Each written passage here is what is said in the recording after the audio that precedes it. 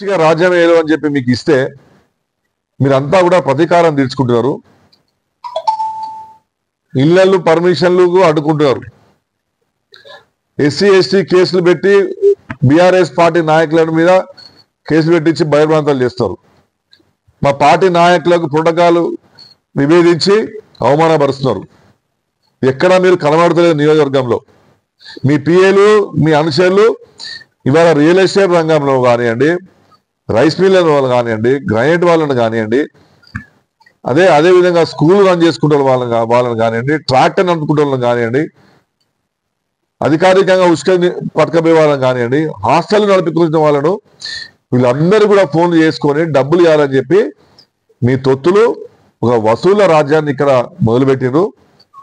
మరి ఇవాళ మీరేమో చేసేవని లత్కోరు పనులు, లంగ పనులు, ఇంకా మీ మొహానికి మీరు కేసీఆర్ గారిని నిందిస్తారా?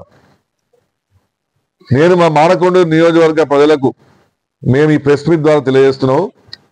ఎక్కడ కానీ ఎవరైనా కానివ్వండి, మానకొండూరు శాసనసభ్యులు కవ్వంపల్లి సత్యనారాయణ గారి దగ్గర నుంచి కానివ్వండి, వాళ్ళ అనుచరుల దగ్గర కానివ్వండి, వాళ్ళ పిఏ దగ్గర కానివ్వండి, వాళ్ళ తొత్తుల దగ్గర కానివ్వండి, మీకు బెదిరింపు కాల్స్ వచ్చినా పైసలు ఇవ్వాలని చెప్పి మీరు బ్లాక్మెయిల్ చేస్తే వెంటనే ఇక్కడ బీఆర్ఎస్ పార్టీ మీకు రెడీగా ఉన్నది. మీ అందరిని మేము ఆదుకుంటాం. ఇవాళ మానకొండూరు నియోజకవర్గము కర్నూలు సమీపంగా ఉన్నది. ఇక్కడ రియల్ ఎస్టేట్ బాగా పెరుగుతున్నది. ఇక్కడ ఇండస్ట్రీస్ కొత్తగా వస్తున్నాయి. మనకు 4 లైన్ ద్వారా కూడా ఇక్కడ భూముల ధర బాగా పెరిగినాయి. ఈ హ్యాంగింగ్ బ్రిడ్జ్ ద్వారా రియల్ ఎస్టేట్ వర్గం పెరుగుతున్నది.